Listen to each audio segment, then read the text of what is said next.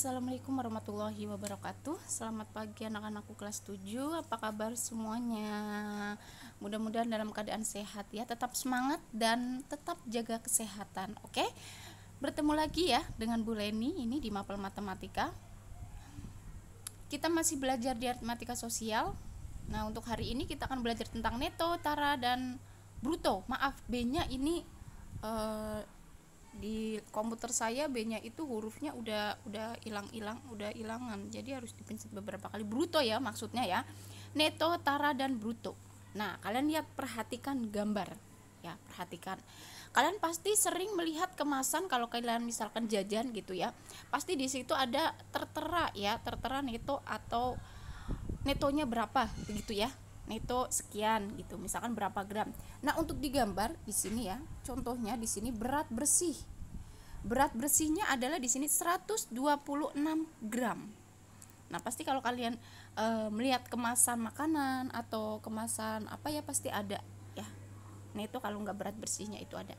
Nah, pada gambar itu tertera berat bersihnya 126 gram ya. Setelah isinya dikeluarkan atau setelah biskuitnya itu dikeluarkan ya, bungkusnya ditimbang, itu ternyata memiliki berat 0,2 gram. Nah, jadi kalian udah paham belum apa itu neto, tara, dan bruto ya? Nah, kita akan belajar bersama nih. Dari sini mudah-mudahan kalian sudah ada gambaran ya, apa itu neto, tara, dan bruto. Nah, kita lihat. Neto itu adalah berat bersih atau berat isinya saja. Jadi misalkan ada biskuit ya, berarti dia hanya berat biskuitnya saja ya. Tara adalah berat tempat suatu barang atau berat kemasannya. Jadi tara itu adalah berat kemasannya tanpa isinya. Jadi misalkan susu ya berat kardusnya aja gitu. Ya, itu namanya tara. Sedangkan bruto adalah berat kotor, berat isi dengan kemasannya. Jadi bruto itu berat isi ditambah dengan kemasannya. Jadi ditimbang keduanya itu beratnya itu berapa gitu ya. Jadi neto itu adalah berat bersih atau isinya saja. Tara itu berat kemasannya ya, atau wadahnya. Bruto itu berat kemasan dan isinya. Nah, itu pengertian dari neto, tara, dan bruto. Perhatikan rumusnya. Waalaikumsalam.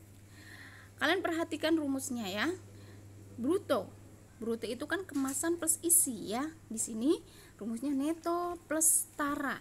Neto itu kan tadi isi ditambah tara itu kemasannya. Jadi neto plus tara. Bruto itu berat kotor ya. Neto itu berat bersih, hanya isinya saja. Yaitu bruto dikurang dengan tara. Untuk tara sendiri yaitu berat kemasan atau wadahnya, yaitu bruto dikurang dengan neto. Ya. Selanjutnya kita ke contoh soal. Contoh. Dwi membeli suatu kantong terigu ya, di mana berat dari kemasannya adalah 0,25 kg ya, berat kemasannya. Berat dari terigunya itu sendiri yaitu 1 kg. Di sini ditanya berapakah berat kotor dari terigu tersebut. Jadi kalian tulis diketahui di sini. Di sini berat kemasan ya. Nih, kemasan beratnya adalah 0,25 kg. Kalau kemasan berarti wadahnya aja. Wadah berarti tara. Jadi di sini diketahui taranya 0,25 kg. Isinya terigunya aja yaitu 1 kg. Kalau isinya aja berarti dia neto. Netonya yaitu 1 kg. Di sini ditanya adalah berat kotor atau bruto ya. Bruto itu neto ditambah tara. Netonya berapa di situ? 1 kg ya, taranya ditambah tara 0,25.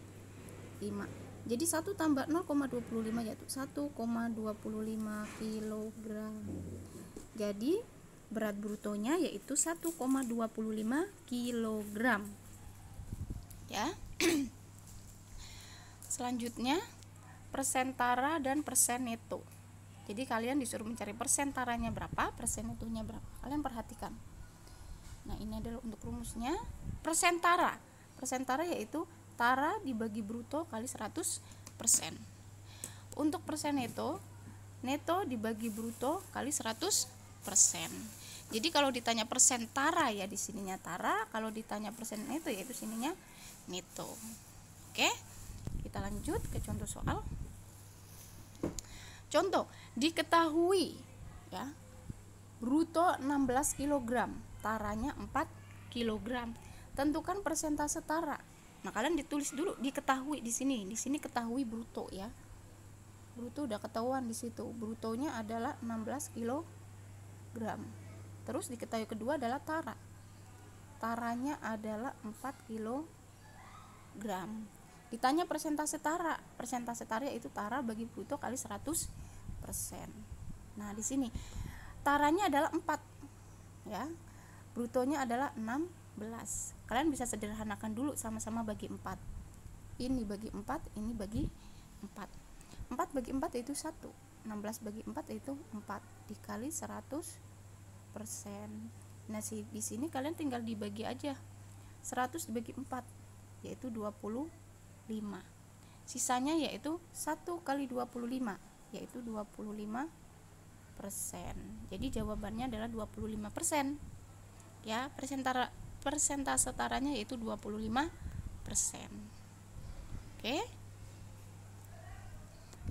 Lanjut. Mencari neto dan tara jika diketahui persentase tara atau netonya. Kalau sebelumnya ini kita disuruh mencari persentase taranya atau persentase netonya. Nah, untuk sekarang kita mencari neto dan tara jika diketahui persentase tara atau neto. Nah, itu adalah rumusnya. Neto jika diketahui persentase neto yaitu persentase neto dikali bruto. Untuk tara, persentase tara kali bruto. Kita lihat contohnya. Contoh, diketahui bruto suatu peti jeruk adalah 20 kg. Persentase taranya yaitu 10%. Berapa taranya? Kamu tulis dulu diketahuinya, ya. Di sini diketahui adalah brutonya adalah 20 kilo. Kalian tulis di sini bruto 20 kilo. Nah, untuk ini persentase tara 10%. Kalian tulis persentase tara 10%. Jawab. Ditanya yaitu berapa taranya. Langsung jawab. Tara itu adalah persentase tara kali bruto. Nah, di sini ya, persentase taranya yaitu 10%. 10% itu kan sama aja dengan 10/100. Oke? Kalian langsung aja di sini 10/100 kali bruto. Brutonya berapa di sini? 20 kilo. Langsung kali 20. Berarti 10/100 kali 20. Ini kali dulu. 10 kali 20 yaitu 200. 200 dibagi 100. Sama-sama ada nolnya, boleh langsung dicoret. Ya, ini sama ini sama ini. Sisanya tinggal 2 bagi 1. 2 bagi 1 yaitu 2. Berarti taranya yaitu 22 kg. Jadi jawabannya adalah 2 kg. Oke. Kalau misalkan ditanya lagi kenapa ini 10/100? Karena taranya yaitu 10%. 10% itu sama aja dengan 10/100. Persen itu berarti per 100. Oke ya. Nah, nih bunga tabungan. Sekarang lanjutnya adalah bunga tabungan. Setelah kita mempelajari neto, tara, dan bruto, kita akan belajar tentang bunga tabungan. Kalian pasti tidak asing dengan yang nama tabungan ya. Pasti orang tua kalian juga ada menabung. Nah, di sini bunga tabungan. Kalian perhatikan. Ya. Untuk bunga tabungan itu bisa bunga per tahun, bisa per bulan, bisa per hari. Nah, ini adalah untuk rumus bunga per tahun. Di sini ada N kali P persen kali M. N-nya itu apa? Lama menabung. P-nya bunga dalam persen, M-nya tabungan atau modalnya. Kalau ditanya bunga N bulan ya. Di sini adalah ini rumusnya. Oke, rumusnya adalah ini.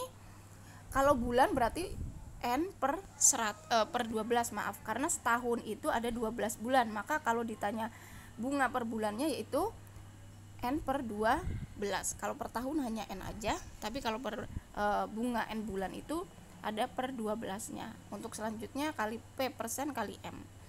Nah, untuk bunga N hari ya, atau bunga ditanya bunga per harinya itu berapa? Kalau hari itu kan 360 ya setahunnya. Jadi N per 360 kali P persen kali M. Oke, jadi perbedaan rumusnya hanya di situ. Kalau tahun itu N, kalau bulan itu per 12, kalau hari per 360. Nah, ini adalah untuk rumus bunga tabungan. Oke, kita ke contoh soal. Contohnya, seorang pedagang meminjam uang sebesar 1.500.000 dengan bunganya 15% per tahun. Itu selama 10 bulan. Tentukan besar bunga selama 10 bulan. Berapa besar bunganya? Besar tabungan akhir selama 10 bulan. Besar cicilan yang harus dibayar setiap bulan. Maaf, untuk yang B kita iniin dulu, kita skip dulu ya. Yang B karena ini adalah pinjaman ya. Kita skip dulu yang B. Jadi yang ditanya adalah besar bunga selama 10 bulan dan cicilan yang harus dibayar setiap bulannya. Oke, jadi ada seorang pedagang itu meminjam uang sebesar 1.500.000. Ya, berarti itu kan M-nya ya. 1.500.000 dengan bunga 15% setahun. Berarti P-nya adalah 15%. Selama 10 bulan, berarti N-nya adalah 10 bulan. Oke, sampai sini. Nah, sekarang kita jawab yang pertama. Besar bunga selama 10 bulan. Besar bunga selama 10 bulan berapa ya? Kan di sini yang ditanyakan bulan. Berarti kita pakai bulan. Yang A.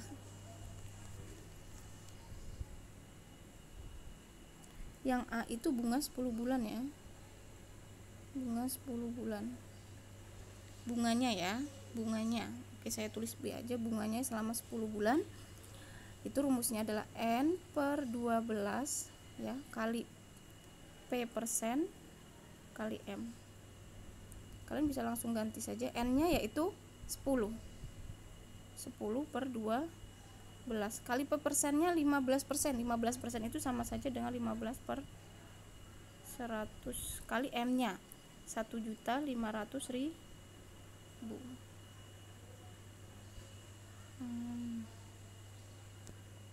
1.500.000. Nah, ini bisa kalian kali ya. Bisa kalian langsung kalikan. Nanti di sini ini boleh disederhanakan dulu nih. Nanti jadinya sama-sama dibagi dengan 2, nanti jadinya 5 per 6 ya. Nanti kalian cara menghitungnya begitu, disederhanakan dulu. Ini boleh dicoret, sama-sama punya 0, 2. Nah, nanti kalian tinggal dikali. Nah, nanti akan menghasilkan yaitu bunganya Rp udah dikali ya, 10 kali 15 kali 15.000 karena nolnya udah habis, dibagi 12. Nanti akan menghasilkan ya 187.500.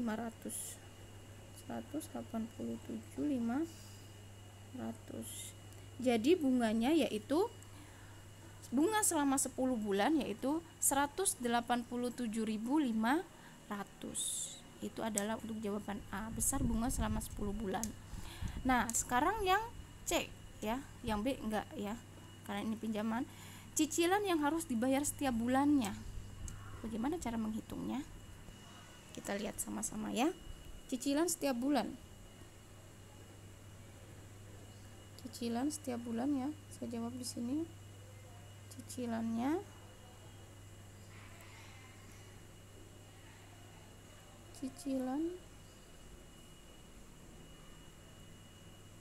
tinggal ditambah aja M ditambah B bagi selama berapa bulan dia meminjam. Selama 10 bulan berarti dibagi 10. Nah, di sini ya, tinggal di M-nya berapa? 1.500.000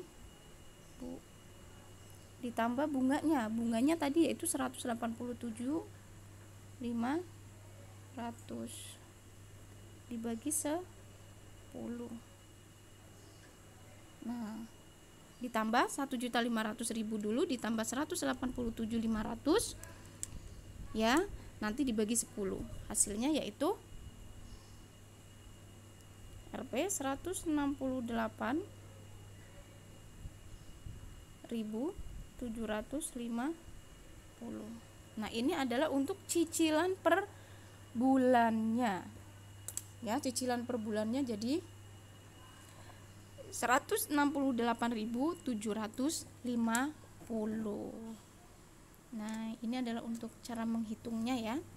Jadi setiap pinjaman pasti ada bunganya ya, bisa per tahun, bisa per bulan, per harinya. Selanjutnya adalah pajak. Ini untuk pajak, materi pajak ya. Pajak itu apa ya? Pajak adalah sumbangan wajib yang diberikan oleh penduduk kepada negaranya. Nah, di Indonesia itu ada 3 jenis pajak. Yang pertama, pajak penghasilan atau PPH. Pajak penghasilan itu berupa apa aja ya? Berupa gaji, upah, honorium, tunjangan, dan hadiah. Nah, setiap gaji itu ada pajak penghasilannya ya. Jadi yang termasuk dalam pajak penghasilan atau PPH yaitu berupa gaji, upah, honorarium, tunjangan, dan juga hadiah. Jenis pajak yang kedua yaitu pajak pertambahan nilai atau PPN ya. Yang dikenai pajak ini berupa apa aja? Yaitu barang hasil pengolahan pabrik, barang impor, barang jasa-jasa tertentu, misalnya minuman ringan, sepeda motor, mobil, barang-barang elektronik, dan juga alat-alat fotografi itu terkena pajak pertambahan nilai atau PPN. Ya. Selanjutnya jenis pajak yang ketiga yaitu pajak bumi dan bangunan atau PBB. Setiap ya itu biasanya itu PBB itu untuk bangunan-bangunan rumah ya, gedung. Nah, itu contohnya. Nah, ini adalah pajak. Untuk masalah pajak ya, ada 3 jenis pajak di Indonesia. Nah, untuk materi hari ini sampai sini ya anak-anak ya. Mudah-mudahan bisa dipahami. Silakan jika ada yang mau bertanya, silakan bertanya ya. Untuk materi hari ini sampai sini. Terima kasih. Wassalamualaikum warahmatullahi wabarakatuh.